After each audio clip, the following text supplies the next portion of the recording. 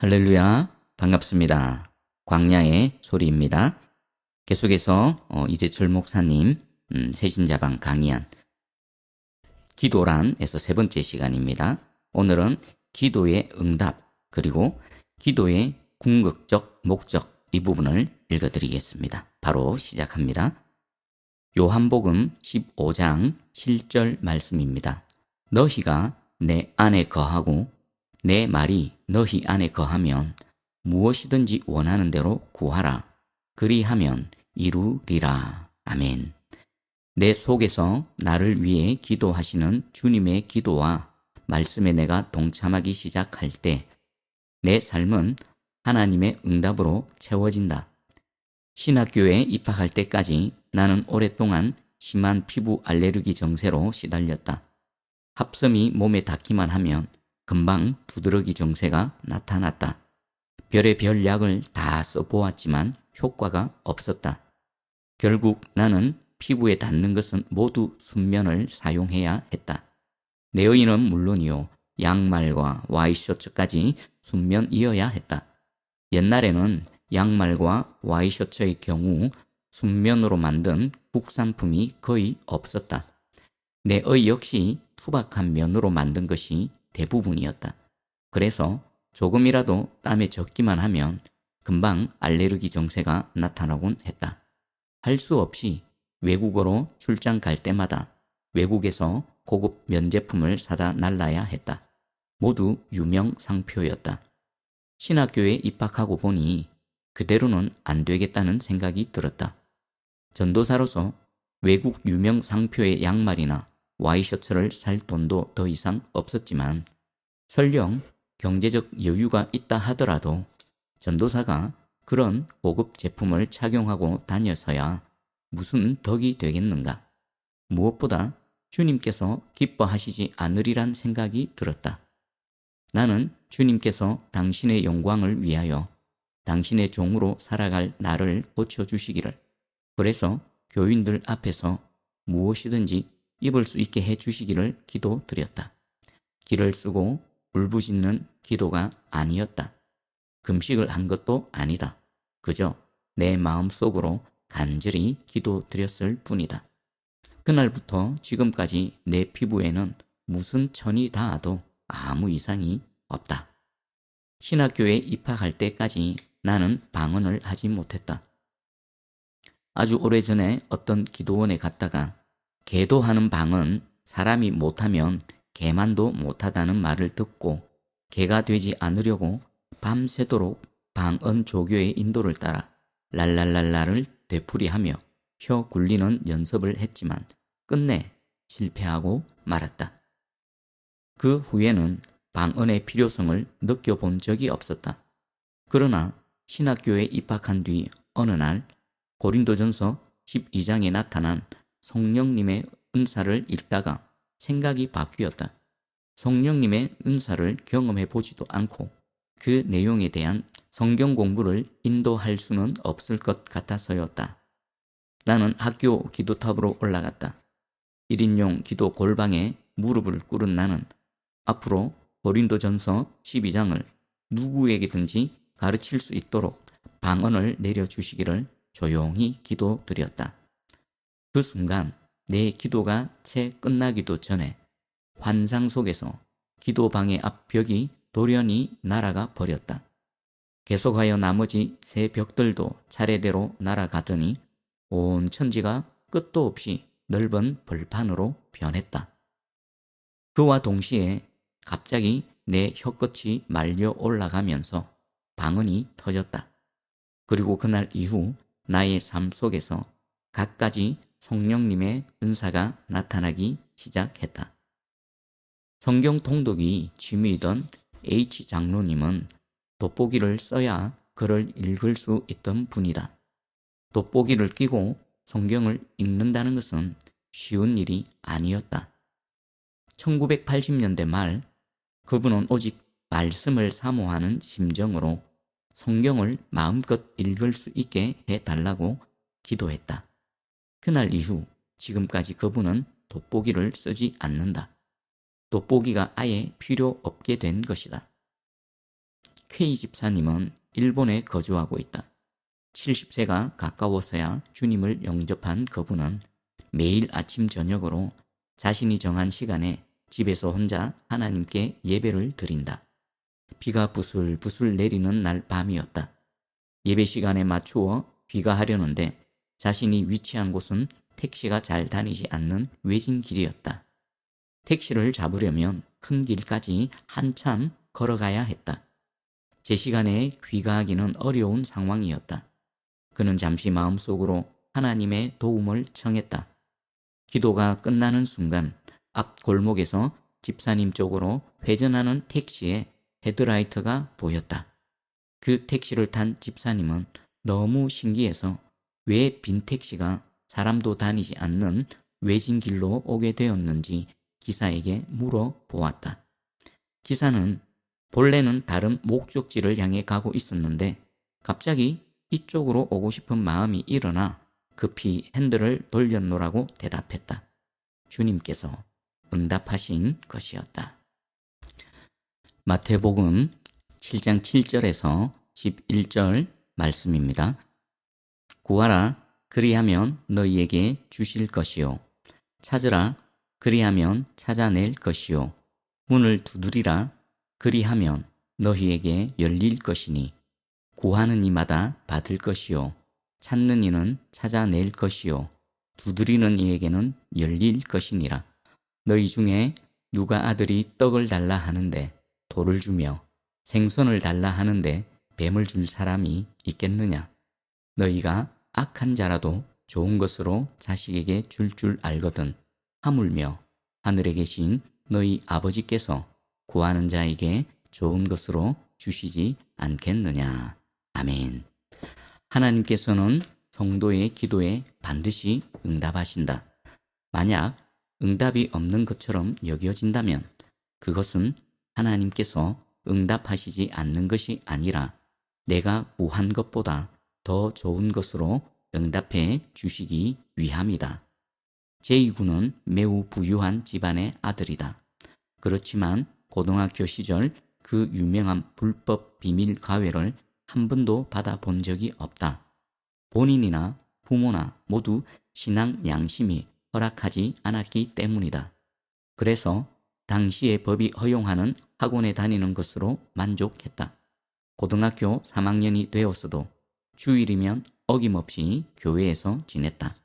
평일에도 매일 30분을 말씀 묵상과 기도의 시간으로 할애했다. 제2군의 어머니는 기도 많이 하기로 소문난 분이다. 아들을 위해 늘 기도했음은 두말할 나위도 없다. 그런데 그의 대학 입학 시험에서 제2군은 낙방했다. 그는 재수를 하면서도 예전의 방법을 바꾸지 않았다. 주위 사람들은 아무리 예수를 믿어도 현실은 현실이니 비밀 가회를 시키라고 부모에게 권했다. 그러나 부모는 정중하게 사양했다. 그저 자신의 아들이 정도를 걷고도 진학할 수 있도록 기도했다. 1년이 지나 제2군은 다시 응시했다. 그 정도로 신실한 젊은이를 하나님께서 합격시켜 주시면 좋으련만 두 번째 시험에서도 떨어지고 말았다. 삼수가 시작되었다. 제2군은 여전히 비밀 가회를 받지 않았고 신앙 생활도 종전과 똑같이 하였다. 이번에는 주위 사람들로부터 부모에게 비난이 쏟아지기 시작했다. 아이는 철이 없어 그렇다 쳐도 부모가 아이를 망친다는 것이었다. 그래도 부모는 끝까지 제2군의 편에 섰다. 그리고 그의 연말 제2군은 3년 만에 대학에 합격하였다. 말이 쉬워서 그렇지 부모가 돈이 있는데도 정도를 걷기 위해 자식에게 비밀 가회를 시키지 않고 주위의 비난을 감수하면서까지 자식의 삼수를 뒷바라지한다는 것은 여간 고통스러운 일이 아니었을 것이다. 그리고 제2군 본인 역시 남들이 다 가는 쉬운 길을 버리고 정도를 걷는다는 것은 무척 힘들었을 것이다. 그럼에도 끝까지 신앙의 길을 지킨 그 가족은 참으로 본받을 만하다. 그런데 왜 하나님께서는 그 가족의 기도에 즉시 응답해 주시지 않으셨는가? 왜 3년씩 그토록 힘든 과정을 거치게 하셨는가? 더 좋은 것을 주시기 위함이었다. 인생의 가장 중요한 고비에서 3년이나 정도를 걸은 제이군은 지금도 모든 면에서 정도를 걷고 있으며 필경 앞으로도 계속 그렇게 살 것이다. 가장 감수성이 예민한 나이에 철저하게 하나님 말씀과 함께한 그는 지금도 하나님의 말씀과 더불어 살고 있다. 많은 그리스도인들이 입시를 앞둔 자식에게 거리낌 없이 불법 과외를 시켰고 주일에 교회 가는 것 자체를 말렸다. 그래서 원하는 대학에 진학했다 한들 벌써 불법을 예사로 저지르고 이미 부모와 교회의 통제에서 벗어나버린 청년들이 허다하다. 앞으로도 그들은 상당 기간 동안 인생을 허비할 것임에 틀림없다. 그런 청년들을 볼 때마다 아름다운 신앙으로 더 좋은 응답을 받은 제이군이 사랑스럽기만 하다. 그가 3년을 허비한 것 같으나 실은 그 3년으로 그는 진리 안에서 일평생을 산 것이다. 둘러간 것 같지만 하나님 안에서 최선의 지름길을 간 것이다. 하나님께서는 언제나 당신이 정하신 더 좋은 때에 더 좋은 것으로 응답하시는 분이다. 이것을 알지 못하면 하나님의 응답을 받고서도 응답을 받았는지조차 알지 못하는 어리석은 사람이 되고 만다.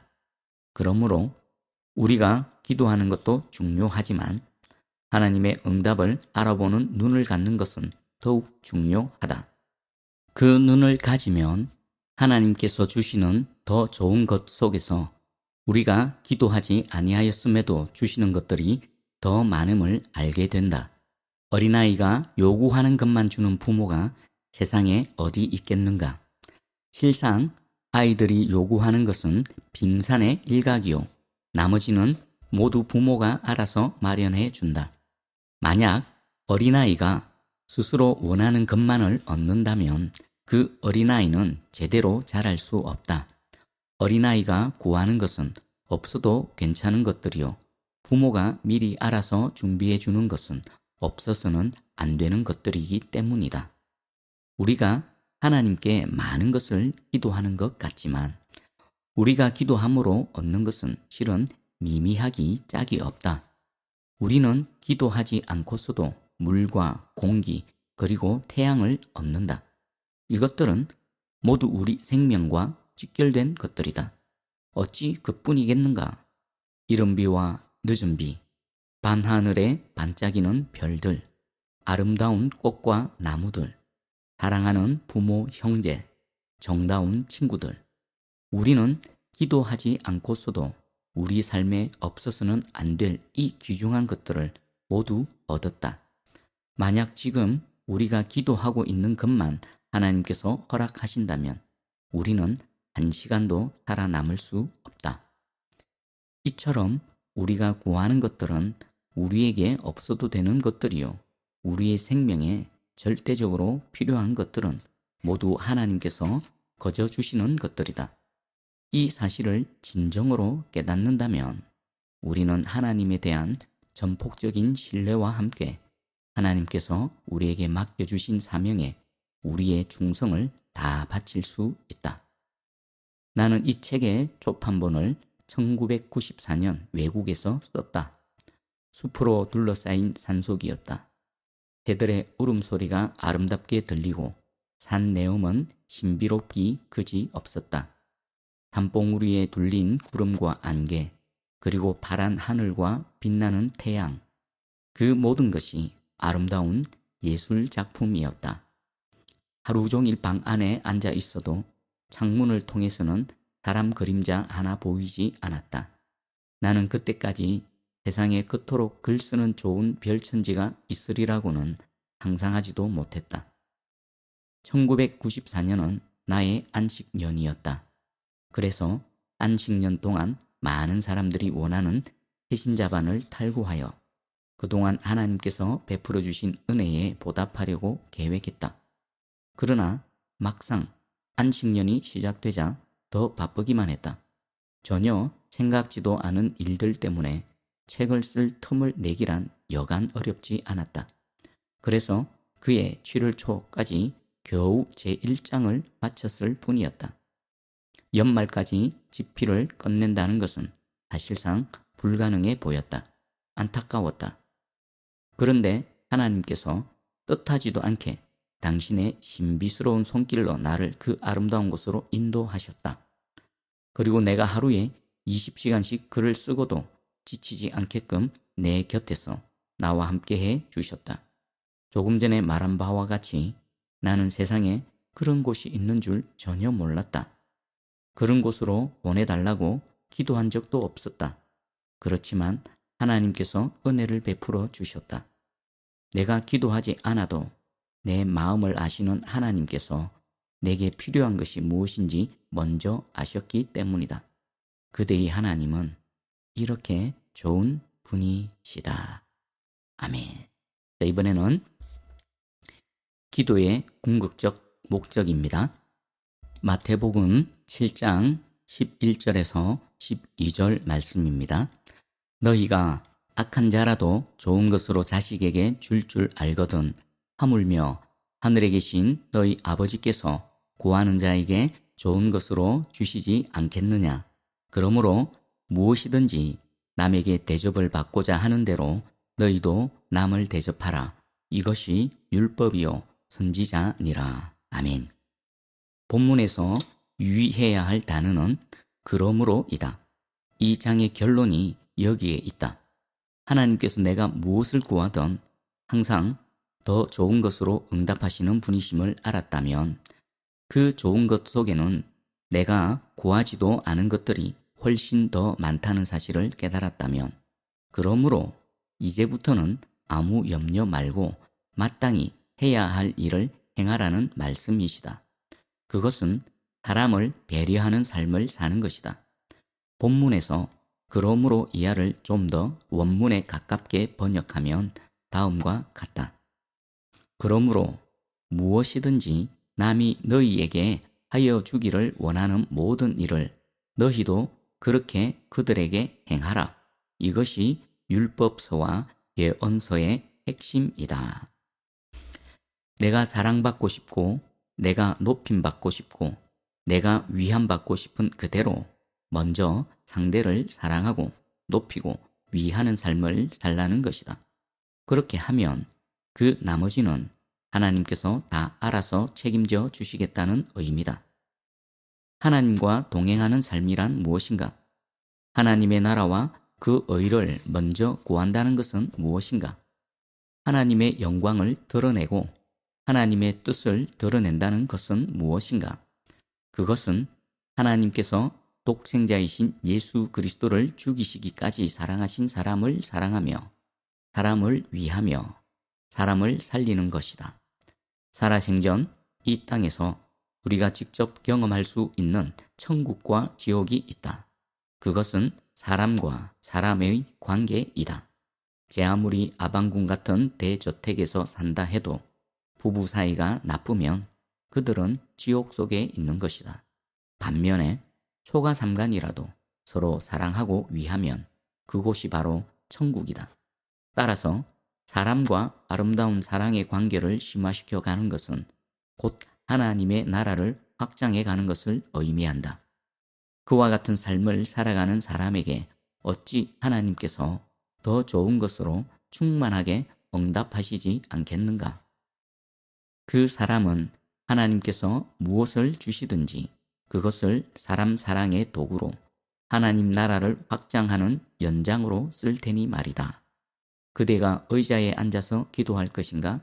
아니면 무릎을 꿇고 할 것인가를 놓고 고민할 필요는 없다. 소리를 지르며 기도할 것인가? 마음속으로 할 것인가도 중요하지 않다.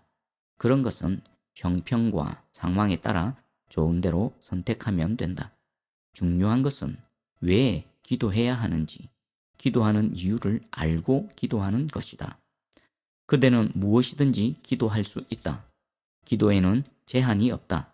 그러나 그 궁극적 목적은 사람을 사랑하고 사람에게 봉사하기 위함이어야 한다. 그것이 하나님께서 원하시는 뜻이다. 예수님께서도 이것을 위하여 내 원대로 마시고 아버지 원대로 하옵소서 하시며 당신의 기도 내용을 바꾸시지 않았던가. 돈을 구해도 좋고 지위를 구해도 좋고 성공을 구해도 좋지만 그 궁극적 목적은 사람을 사랑하기 위함이어야 한다. 그대가 이것을 위해 기도하고 실천해 갈 때 그대가 구하지도 아니해도 그대에게 있어야 할 것을 미리 아시는 하나님께서 더 좋은 것으로 응답해 주실 것이다. 마태복음 22장 37절에서 40절 말씀입니다. 예수께서 이르시되 내 마음을 다하고 목숨을 다하고 뜻을 다하여 주 너의 하나님을 사랑하라 하셨으니 이것이 크고 첫째 되는 계명이요 둘째도 그와 같으니 내 이웃을 내 자신같이 사랑하라 하셨으니 이 두 계명이 온 율법과 선지자의 강령이니라. 아멘. 네, 이것으로 기도란에 대해서 우리가 쭉 읽고 은혜를 나눴습니다. 우리 기도로 마무리하도록 하겠습니다. 사랑의 하나님 감사합니다. 우리 기도란 주제로 하나님께서 많은 말씀과 은혜를 주셨습니다. 하나님은 우리가 구하지 않아도 있어야 될 것, 우리가 구하는 것보다 더 중요하고 필수적인 것들을 하나하나 우리 앞에 펼쳐 보이시며 또 은혜로 누리게 하시는 하나님이십니다. 그러므로가 우리 삶 가운데 실현되게 해 주시옵소서. 하나님께 구하는 그 모든 궁극적 목적이 하나님의 뜻에 부합되는 우리의 기도가 되게 하여 주시고 우리의 삶이 하나님의 그 아름다움을 나타내는 향기가 되게 해주시고 우리의 기도가 하나님의 뜻을 이루는 궁극적인 수단이요 또 방법이 될 수 있도록 사용하여 주시옵소서. 감사드립니다. 우리 구주 예수 그리스도의 이름으로 기도합니다. 아멘. 수고하셨습니다.